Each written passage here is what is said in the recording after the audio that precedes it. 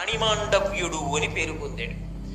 అటువంటి మహర్షి ఒకానొక సమయంలో తనకున్నటువంటి తపశ్శక్తి చేత అన్ని లోకముల యందు ప్రయాణం చేస్తూ యమధర్మరాజు గారు ఉన్నటువంటి లోకమునకు వెళ్ళాడు. యమధర్మరాజు గారు తన స్థానంలో కూర్చుని జీవుల యొక్క కర్మలను బట్టి ఫలితములను ఇస్తూ పరిపాలన చేస్తున్నాడు. ఆయన దగ్గరికి వెళ్ళి ఈయన ఒక ప్రశ్న వేశాడు యమధర్మరాజు గారిని. దండధర, ఇట్టి దారుణ దండమునకు ఏమి దుష్కృతము చేసిది? ఉగ్రుండవయి తగని దండము దండింపంగా బ్రాహ్మణుండ తగునీనన్ను అన్నాడు. దండధర, చేతిలో దండం పట్టుకున్నవాడా యమదండాన్ని పట్టుకుంటాడు కదా. దండధర, చాలా దారుణమైనటువంటి శిక్షణకు వేశావే అంటే ఇప్పుడు ఆయన రాజుని నిమిత్తంగా పెట్టుకున్నాడు.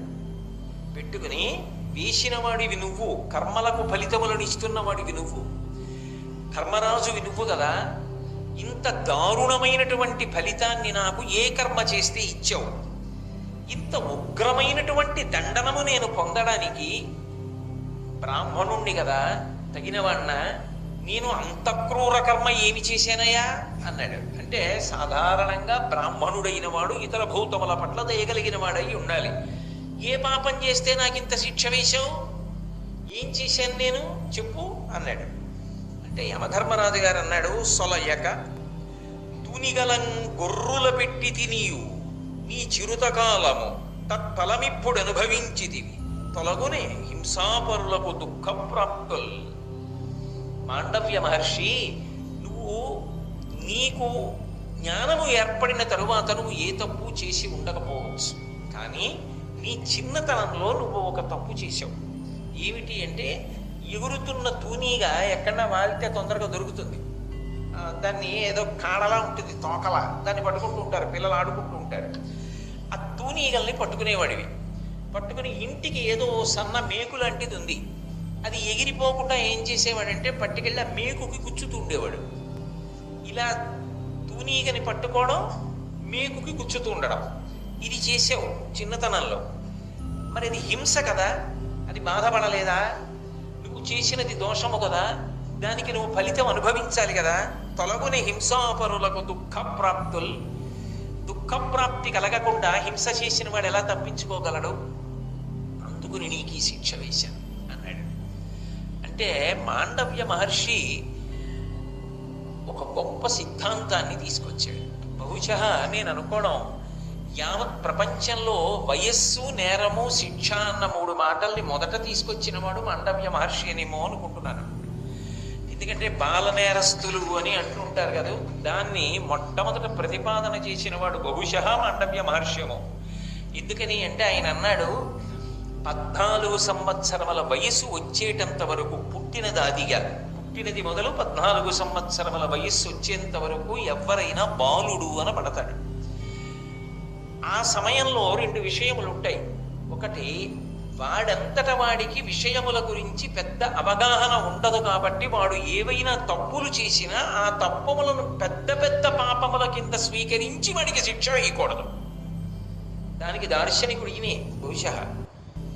అలాగే 14 సంవత్సరములు దాటిన తర్వాత వాడికి యుక్తాయుక్త విచక్షణ ఏర్పడుతుంది కాబట్టి వాడికి అన్నీ తెలుస్తాయి కాబట్టి దాని తర్వాత చేసేటటువంటి పాపమునకు ఎంత స్థాయిలో ఫలితమును పొందాలో అంత ఫలితమును పొందుతాడు.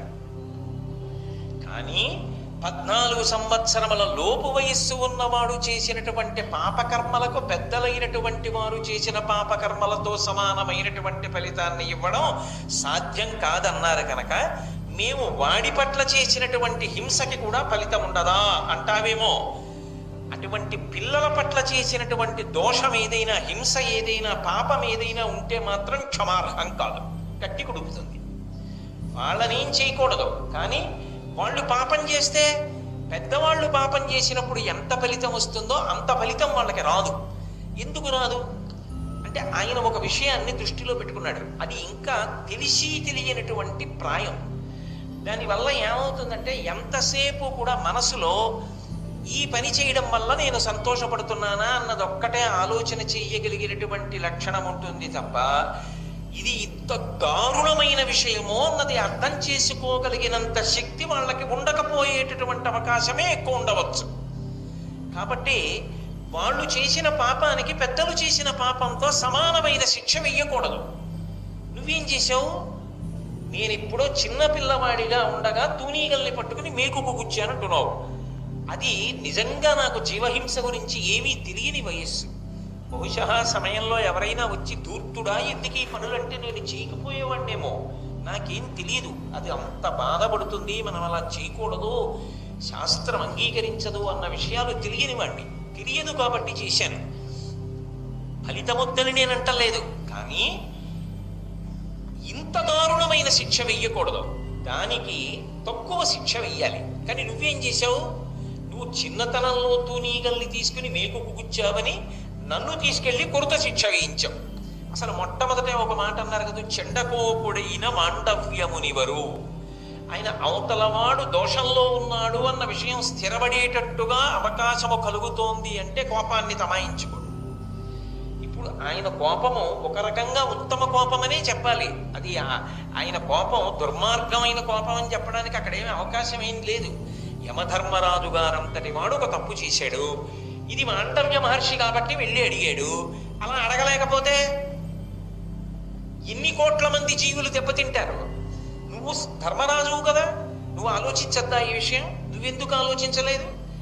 ఆలోచించకపోవడానికి కారణం ఏమిటి? కేవలం చేసిన తప్పుకి ఈ శిక్షని వేసేస్తావా? ఇప్పుడు నేను ఒక కట్టడి చేస్తున్నా. 14 సంవత్సరముల లోపు వారు చేసినటువంటి తప్పు పెద్దలు చేసిన తప్పుతో సమాన ఫలితము పొందకుండుగాక. అంత వ్యగ్రతతో కూడిన తప్పు శిక్ష పడడానికి వీల్లేదు. కానీ నేను ఎలా ఆలోచించానో అలా నువ్వు కూడా ఇతపూర్వమే ఆలోచించి ఉండాలి. నువ్వు అలా ఆలోచించకుండా ఏదో ఇలా చూసి అలా శిక్ష వేసేసి నువ్వు ఈ తప్పు చేశావు ఈ శిక్ష వేసేస్తానంటే దానికి ప్రాజ్ఞుడా, తెలిసి చేశాడా, తెలియక చేశాడా, పరిణతి ఉందా, పరిణతి లేదా, ఇవేమీ పరిశీలించకపోతే ఎలా? బహుశా ఒక న్యాయమూర్తి తీర్పు చెప్పవలసి వచ్చినప్పుడు మనసులోకి తీసుకోవలసినటువంటి అభిప్రాయములను గురించి కూడా ప్రపంచంలో మొదట స్పృశించిన వాడు మాండవ్య మహర్షి. న్యాయము ధర్మము అన్న 2 మాటల మధ్య ఉండేటటువంటి సున్నితమైన సరళ రేఖని స్పృశించినటువంటి వాడు కూడా మాండవ్య మహర్షే. లేకపోతే భారతంలోకి ఎందుకు తీసుకొస్తారు వ్యాస భగవానుడు? అంటే ఈ దేశం ఎంత గొప్పదో, ఈ దేశం న్యాయశాస్త్రం ధర్మశాస్త్రం విషయంలో ఎంత గొప్పగా మాట్లాడేదో. న్యాయము గొప్పదా, ధర్మము గొప్పదా అంటే ధర్మమే గొప్పది. ధర్మ చట్టమునందు ఇమడనటువంటి న్యాయము న్యాయమే కాదు. ఎందుకని? నువ్వు ధార్మికంగా ఆలోచన చేస్తే పరిణతిని కూడా దృష్టిలో పెట్టుకోవాలి. పరిణతిని దృష్టిలో పెట్టుకోకుండా ఈ తప్పు చేసిన వాడికి శిక్ష చేస్తే న్యాయం అన్నావు. న్యాయము ధర్మమునందు ఇమడనప్పుడు ఓడిపోయింది. కాబట్టి ఇప్పుడు నేను కొత్తగా కట్టుబాటు చేస్తున్నా. ఎవరి కోసం? నాలా వచ్చి అడగలేని వాళ్ళ కోసం, లోక సంక్షేమం కోసం ఈ కట్టుబాటు చేస్తున్నాను. ఇక పైన పాటించు. నా విషయంలో తప్పు చేశావు, ఇప్పుడు నేను ఈ కట్టుబాటు చేశాను, నువ్వు అంగీకరించావు, మంచిదే. కానీ జరిగిపోయిన దానికి, నాలా అడగనప్పుడు జరిగిన దానికి నువ్వు కూడా ఏదో ఒకటి అనుభవిస్తే తప్పపోదుగా పాపం. నువ్వు అనుభవించాలిగా. ఏమి నిజమైన ప్రజాస్వామ్యం అంటే అది కదండి. కాబట్టి మాండవ్యుడు అన్నాడు, నీకు కూడా శిక్ష వేస్తాను. ఏమిటో తెలుసా శిక్ష? నీవు మర్త్యలోకమునందు జన్మించు. ఎందుకు మర్త్యలోకంలో జన్మిస్తే ఏమవుతుంది అంటే, ప్రాణములు తీయడం ఒక్కటే నీకు తెలుసు. ప్రాణం పోయినప్పుడు పడే బాధ, ఒకటి ప్రాణం పోయినప్పుడు మిగిలిన వాళ్ళ బాధ నీకంతా బాగా తెలియదు. నీ కర్తవ్యతానిష్ట అని చేసుకెళ్ళిపోతున్నావు. తప్పు కాదు, నీ కర్తవ్యం నువ్వు చేస్తున్నావు, అలా చేయవలసింది. కాబట్టి అదేమిటో తెలియాలి అంటే మర్త్యలోకానికి వెళ్ళు. మర్త్యలోకానికి వెడితే వికారములు ఉంటాయి. పుట్టాడు, ఉన్నాడు, పెరిగాడు, తరిగాడు, మార్పు చెందాడు, నశించిపోయాడు. వీటికి అవకాశం లేని స్థాయిలో ఉన్నవాడివి ఈ వికారములను పొందాలంటే భూమి మీదకి వెళ్ళాలి. అందుకని భూమి మీదకి వెళ్ళు. భూమి మీదకి వెళ్ళిన వాడివి నలుగుడు పడాలి లోపల. ఎంతో పనికి రావలసిన వాడివి అంత పనికి రాకుండా పోవాలి. అది నలుగుడు, అది శిక్ష. దాని కొరకు నీకు ఒక మానసిక శిక్ష వేస్తా. నువ్వు చాలా గొప్పవాడి తేజస్సునందే జన్మించాలి. లేకపోతే పుట్టుకతో ధర్మం అంతా ఎలా తెలుస్తుంది నీకు మర్త్యలోకంలో మనుష్యుడిగా పుట్టి? అందుకని ఒక మహాతేజోవంతుడి యొక్క తేజస్సు వలన జన్మిస్తాం. కానీ 4వ వర్ణములకు చెందిన స్త్రీ ఎందు జన్మిస్తాం. కాబట్టి నీకు రాజ్యాధికారం ఉండదు. మీరొక్కటి ఆలోచించండి. నిజంగా ధృతరాష్ట్రుడు అంధుడు. పాండురాజు గారు పాపం చాలా జాగ్రత్తగా రాజ్యం అంతా చేసి ధృతరాష్ట్రుడిని సుఖపెట్టాడు. పాండురాజు వెళ్ళిపోయాడు. విదురుడు కూడా గొప్ప ధార్మికుడే కదా. నిజంగా మాట్లాడాలంటే పాండురాజు కన్నా కూడా ధర్మం తెలిసి ఉన్నవాడనే చెప్పవలసి ఉంటుంది. ఇటువంటి వాడు, కందులున్నవాడు, మహాబలవంతుడు, పాండురోగం కూడా లేనివాడు, క్షత్రియ కాంతయందు ఉద్భవించిన వాడు అయ్యుండి ఉంటే, అంబికకో అంబాలికకో జన్మించి ఉంటే, బహుశః అంబిక వ్యాసానుగ్రహాన్ని 2వ మాట పొంది మనసునందు వైక్లభ్యము పొందకుండా విదురుణ్ణి పొంది ఉంటే, ఆయన రాజ్య పరిపాలన చేసి ఉంటే భారతం ఉందా? ఇక భారతం లేదు. కానీ ఆయన 4వ వర్ణపు స్త్రీ యందు జన్మించిన కారణం చేత రాజ్యాధికారాన్ని పొందలేకపోయాడు.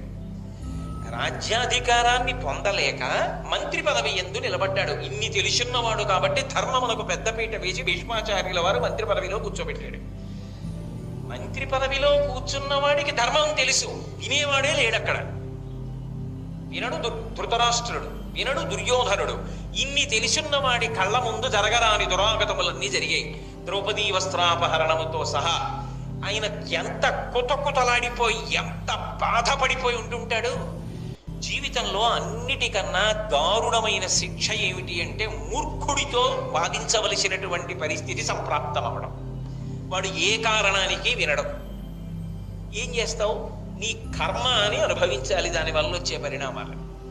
అంతే జరిగింది విదురుడికి. ఇదే నీకు శిక్ష. కాబట్టి నువ్వు అలా జన్మించు అన్నాడు.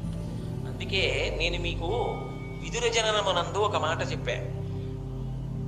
మళ్ళీ మీరు ఎప్పుడూ విశాల హృదయులే, పవిత్ర హృదయంతో అర్థం చేసుకోండి. అంబికతో వ్యాసుడు సంగమించి సంతానమును అనుగ్రహించాడు. అంబాలికతో సంగమించి సంతానాన్ని ఇచ్చాడు.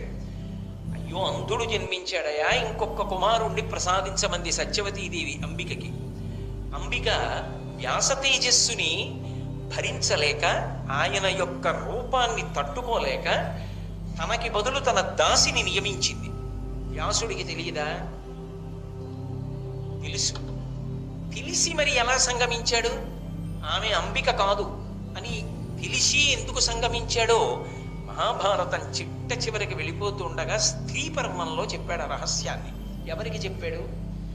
కుంతీ ధృతరాష్ట్రులు ఆశ్రమవాసానికి వెళ్ళిన తర్వాత ఆశ్రమవాస పర్వం, స్త్రీ పర్వం కూడా కదా, ఆశ్రమవాస పర్వంలో చెప్పాడు.